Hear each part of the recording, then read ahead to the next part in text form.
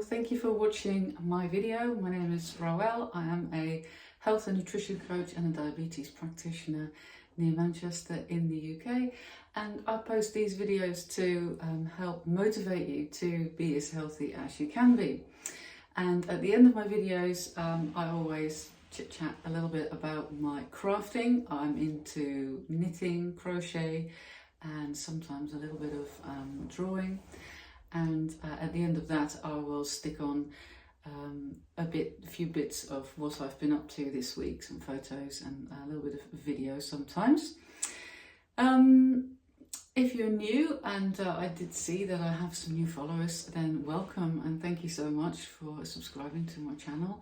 And if you're not new, then obviously very welcome too. Thank you for coming back. Today I want to talk about something autumn related. Definitely now autumn's here, leaves are turning, evenings are getting darker, and we naturally tend to start craving cozy vibes, and I'm all for the cozy vibes, and especially as a knitter and a crocheter. And you might be thinking hot chocolate under a blanket, watching telly, pumpkin lattes, all that kind of stuff. And of course there's nothing wrong with that. It's lovely to enjoy these seasonal treats and vibes, but let's be honest, many of these things that we associate with autumn coziness are actually not that good for your health, and they are loaded with sugar or otherwise just not great for your health, and especially when they become daily habits.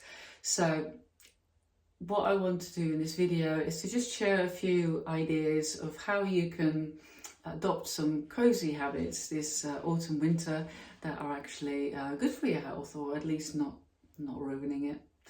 There are lots of ways in which we can enjoy autumn without sabotaging our health. So today I'll share a few of those. Number one, cozy drinks. Obviously autumn, winter time, I think, is it Starbucks famous for the pumpkin latte? I've never had one, and I'm not really into that. I'm actually naturally not really into sweet stuff. And then of course they will have their sort of seasonal frappuccinos and other kind of hot drinks. Of course hot chocolate is always a nice treat this time of year. But instead of those sugar laden drinks, you can have some comfort cozy drinks that are actually good for your health. For example, have you ever tried a golden turmeric latte? And that is made obviously with turmeric, and you can also then add a milk of your choice, whether that's a plant-based milk or a dairy milk. And you can add other spices as well, and like cinnamon and ginger, and you can also enjoy herbal teas like chai, which don't necessarily have to have a lot of sugar in them. And in that way you can enjoy that sort of cozy moment with a nice hot drink, minus the sugar crash that you get from the other drinks. Number two, you can get cozy with food, but in a nourishing way. Autumn foods don't have to be sugary snacks, and this is actually a time of year where you can get amazing produce to make treats that are not necessarily just bad for your health. There's pumpkins, squashes, leeks, cabbages, apples, and you might be thinking apple pie, but you can also just bake an apple in the oven, take the core out, put some cinnamon in, some raisins, and maybe drizzle a little bit of honey over it. It'll be far better than a sugary piece of apple pie, and has health benefits as well. So again, there's loads of foods that you can enjoy. Roast vegetables and add some spices. Soups, I think soup is super cozy food, and you know, why not treat yourself to some nice soup mugs. Often you can find them even in second-hand shops or places like TK Maxx. And that might sort of make you feel even more cozy if you have a nice mug. This time of year you can get seasonal ones as well, with Christmas and autumn, winter related decorations on them. And soup, of course, is such an easy way to have a lot of vegetables, a lot of nourishment, and I think it's super cozy. How about a cozy pampering session? You know, a little at-home spa afternoon or evening, warm bath, Epsom salt, really good for your muscles and for relaxing. Maybe with a few drops of lavender essential oil, light a candle and just let yourself really relax. That is super good for your mental health, and that is good for your physical health. Maybe have a nice natural face mask that you can make out of yogurt or cucumbers. There's loads of suggestions online for natural face masks. And it's not just pampering, it's actually a way to maybe ease sore muscles, improve your sleep. Normally you'll sleep better after a nice aromatic bath, and can help you to reduce stress, and that's good for your behaviour, because when you feel less stressed, you're less likely to reach for the sugary foods.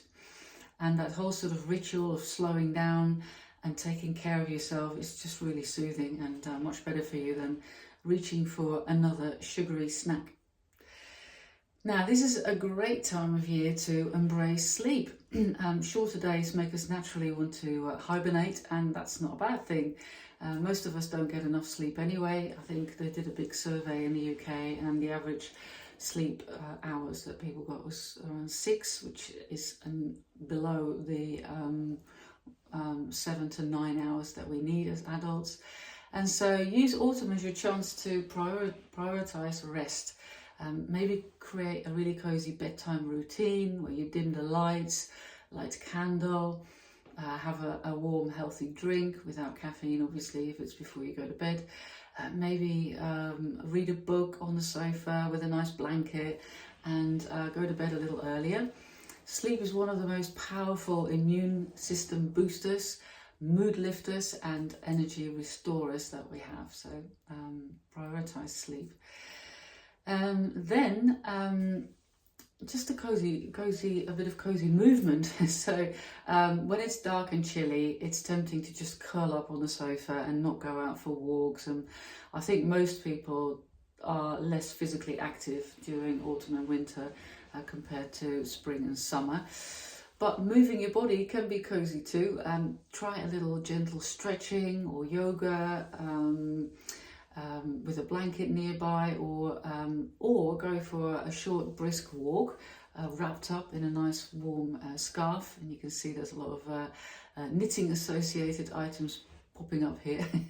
And this movement, even if it's like a short walk around the block, even if it's cold, it can really keep your circulation going and lift your mood. And it makes those quiet moments under the blanket feel even more cozy and rewarding afterwards. Another suggestion is indoor gardening. Obviously, in the autumn and winter, there's not as much gardening going on outside, but houseplants can be fun to maintain, to look after. And they also are amazing purifiers for your indoor environment. They cleanse the air in your house by filtering out harmful toxins and pollutants. So that's a great benefit of plants, of house plants. And it's fun to look after them as well. And I have an app on my phone, which I should actually now tell you what it's called, but I can't remember, so I will put it in the notes below, which you can point at your plants and it will give you advice on how to look after them and whether they look healthy or not. And yeah, I think it's something really mindful to do. It makes you feel really good. It looks nice, and like I said, it purifies the air. Another cosy thing to do this time of year is setting the table in a nice way. When you have a meal, make it really nice. Put some flowers on the table or a little plant. I say flowers actually. Weirdly enough, as a Dutch person, I don't like flowers in my house, which I'm sort of nearly ashamed to say, because in Holland it's sort of very popular to have flowers in your house, and much cheaper than in the UK as well. But yeah, to me they're just dying things in your house, and I just find it all a bit sad. I prefer plants, but any sort of table decoration, maybe some nice napkins. You can even, themed napkins. Get some autumnal ones or Christmas themed ones as we get closer to Christmas, and that can make your meal times really special. And what that does, it makes you enjoy your food more, and makes it less likely that you overeat, because you might eat more slowly and really taste the food, and it's just a nice experience. And I think that always helps to make mealtime special. It's then more likely that you eat better food as well. Number 8, essential oils. Use essential oils. You can create a really nice aroma in your house. Use nice Christmassy or autumnal smells like cinnamon, clove, wild orange, and by putting these in a diffuser, it can create a really autumnal atmosphere in the house, and you get the benefits from the essential oils as well. The orange oil is very uplifting. Cinnamon is really good for blood glucose management. So get a diffuser, or you could also use cotton wool and place cotton wool around your house with the essential oils on it if you don't have a diffuser, and enjoy the autumnal and winter smells. Right, there you have it. Autumn doesn't have to mean sugar overload, too much food, feeling sluggish. And remember, we do have more cravings for starchy food in the winter months, and that's that's quite common, but it doesn't mean that we have to completely give into it. And the more you nourish your body with real food, so your body has everything it needs, the less likely you are to crave these foods that you don't really need. You can still soak up all the cozy vibes of this season with nourishing foods, with lovely warm drinks, pampering baths, early nights, and a bit of gentle movement. It's about enjoying the seasons, but also doing that whilst supporting your health. And so you head into winter energized instead of run down, and you come out the other end spring not stone heavier and knackered. If you found these tips helpful, then give me a thumbs up, maybe even subscribe to my channel. I would be honoured. And let me know what creates cozy vibes for you in the autumn and winter. And I will now start talking about my creative pursuits, my crafting. If you're not interested in that, then thank you so much for watching. And like I said, at the end there'll be a little bit of footage of the week that I've had. I went to London for the day, and I can't actually remember what other bits I'm going to put in there, but if you're interested, have a look. And don't forget to set yourself one action this week that's going to help you to be healthier. And if you can't think of what that could be, then just rate yourself out of 10 for your diet last week. And you could even do it along with me right now. How was your diet last week out of 10? Don't overthink it, just first number that pops up in your head. How was your physical activity? How was your stress management? And how was your sleep? Then pick the one with the lowest number and come up with one action that you can do this week to make that one better. And if you do that every week, then slowly but gradually you're going to become healthier and happier. Right, if you're still here, then you probably want to hear about my crafting. It's been a good week crafting, but it's also been frustrating. I've wasted a lot of time on my Lento jumper, which I love knitting the Lento jumper. It's a super simple raglan. The bright pink one that I made with a beautiful yarn that I bought in Breda last year is the Lento jumper, and it's just a nice sort of boxy fairly loose fit, but not like very oversized. Round neck, folded over collar, jumper.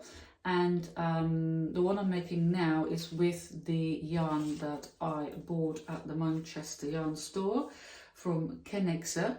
And I know 2 videos ago I couldn't remember what kind of yarn it was because I said it felt a little bit rough or hard. I don't know, couldn't really explain it. Nearly like it was a bit like cotton, but in fact it's superwash blue-faced Leicester.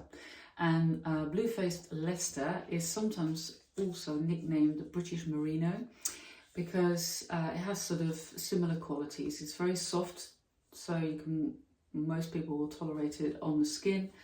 It's very durable. It doesn't, is it pill? Is that the word? And often used for socks as well, even without nylon. It's very durable. So yeah, it's maybe when I wash it and block it. But before I show you, I had to undo the whole thing. I had to frog the whole thing. I was nearly done with the yoke, with the raglan, and then I realised without thinking that I'd completely forgotten to, for a while, I started doing it right, but then I started to forget the normal knit row in between the increase rows. So you do an increase and then a knit, increase and knit. I just mindlessly was working on it and forgot to do the knit row and just increased, so it was a mess. And then I couldn't really work backwards because that would probably take longer than doing it again. And also I don't really know where I started to forget that knit round. And then when you get to the short row, there's a short row at the back. I don't know if you've ever made a mistake in a short row, but it's, as far as I'm concerned, impossible to fix. You just need to do it again. So I went all the way back to the collar and then picked the stitches up again and started, well, nearly from scratch. And now I've sort of nearly done the yoke again. I don't mind it. It's always that moment when you have to undo it that you're cross with yourself. And I do sometimes think that I'm not focusing enough when I pick up knitting. I quite like watching something whilst I'm knitting or listening to an Audible book, and talking about that already. It's only been released on the 25th and it's now 29th, and I've already finished listening to the new Thursday, is it Thursday Murder Club by, oh gosh, and now I forget his forget the writer's name, I've completely gone blank, but I'll write that in the notes as well. Highly recommend that whole series of books. And so I like to do other things at the same time, but that means that I'm sometimes just not focusing, not thinking, and that's what happened again this time. I'm not really the neatest knitter. I just enjoy doing it. I'm fairly focused on the project, on the outcome, the project. I like the process as well, but I do enjoy using the actual project. So back to not that much further than I showed you last time, but hopefully next time I'll be a lot further. It's a size 6 needle, so it knits up fairly quickly, but I'm happy with the way it looks and I'm looking forward to wearing it. Then I have done a little bit on the second sock of the DRK Everyday Socks by Andrea Murray. Yeah, I'm sort of bored showing you because you've seen it so often now. Made with that salver ball. I am working on the heel now, so hopefully next week that'll be done. We are going away for the weekend to Bath to watch Sale Sharks play Bath in rugby. We support Sale Sharks and we're making a nice weekend of it. We're staying 2 nights and I'm looking forward to it. There also is a yarn shop, I believe. I looked it up online. So it's called Wool Bath, I think it's called. So I will do some filming, so I'll share that with you in the next video, hopefully. And there will be a knitting time on the train, so I'm really hoping that I can have that sock done and go a long way with the Lento jumper. And then after that I should really pick up my collar work again. I noticed that I haven't really been grabbing it, probably because it's something that you have to concentrate on. It's the vest I'm making with the collar work, which I also had to start again for being stupid. And not focusing, so I must really make that my intention to focus a little bit more, pay attention. The other thing I finished is the little Miffy. Miffy to me sounds nearly like a dirty word, but hopefully it isn't. I don't think it is, because that's how the little rabbits called it in Holland, we call Nijntje. And I finished it, really happy with it. It's given me a lot of joy. Nearly to the point again that I don't want to give it away, but obviously I'm going to give that to my grandchildren. I have to make another one because this is for the twins. I'm probably going to make another one with a yellow dress, and I have colours left over. This orange is left over from the Vertices Unite shawl that I made, and this is the Mill Region Veendam. So it's a very posh Miffy with hand-dyed dress. And yeah, it was very fiddly making the little carrot, but I did actually really enjoy it, and it took much longer than I thought to make the dress. Yeah, it's constant counting, and I'll be honest with you, halfway through the dress I sort of stopped counting and I just sort of winged it, made it up, and I probably should have stuck a little bit more to the pattern because it's a little bit wobbly there, but hey ho. I'm pleased with it, and I think the girls will like it, but yeah, I do have to make another one with a yellow dress, and then I might think of a different bag, maybe a lemon or something, or a banana. Maybe that's a bit weird, banana bag. I'll think of something. That was my crafting. Yeah, it doesn't really seem a lot, but I do work full time, and with frogging the Lento all the way back and catching up again to where I was before, that's, you know, that took several hours. So I'm quite pleased with my my output in craft work this week. What I'm wearing is the okay, I need to now look that up. Hold the line caller. It is the Just a Slipover V-neck, which I knitted a long time ago, and it was when I wasn't always writing down or making notes of what I was doing. So this, I don't know which yarn I used for this, I forgot. It feels a little bit like Blue-Faced List, to be honest. It feels sturdy but soft.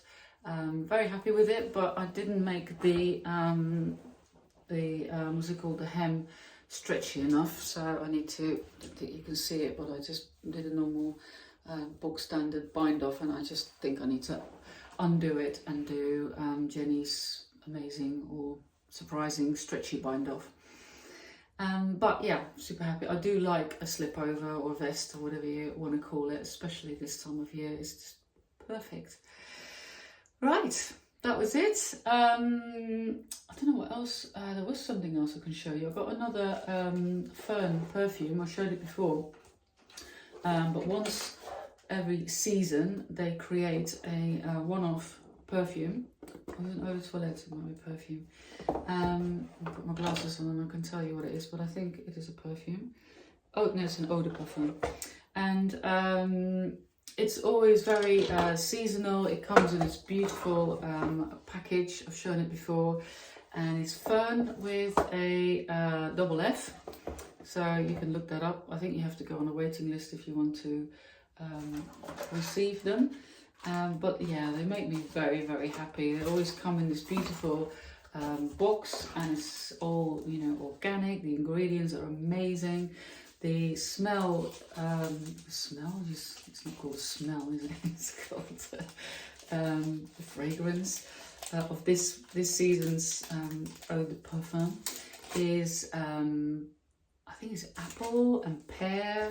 You do get all the notes with it when all the information is in here. It's got top notes, base notes. It's got cran apple, pear, ginger, pink peppercorn, lemon rind, peppermint, blue chamomile, ylang ylang, petite grain, which I really like, neroli, and bergamot. It is delicious. It smells gorgeous.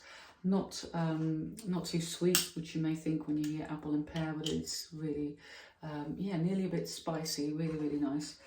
And then it comes with tea, 2 bags of tea, also seasonal, and I think it's from a company that is along the lane from the place where they make the Eau de Parfum. And the autumn tea is mellow and fragrant. It's called Autumn Tea, inspired by the organic herb farm where it's made along the lane from the Somerset studio. It's got oat straw, flower tops, rosebud, cardamom pod, orange peel, spearmint, coriander seed, fennel seed, chamomile flower, and marshmallow root. So yeah, really look forward to trying those. Then it also always comes with a little bit of artwork. They always choose like an artist to do the artwork, and it always is, of course, to go with the fragrance. Just hold it the right way up. I really, really love these, to the point that I think it'd be great if I could iron them and maybe frame them. The one I got last time was really beautiful as well. So yeah, it is a complete treat and indulgence. Obviously, nobody needs to be sent perfume once every season, and I don't know how long I'll be doing it for, because it does feel a little bit indulgent. But then, you know, there's nothing wrong with being a bit indulgent every now and then. It also comes with a little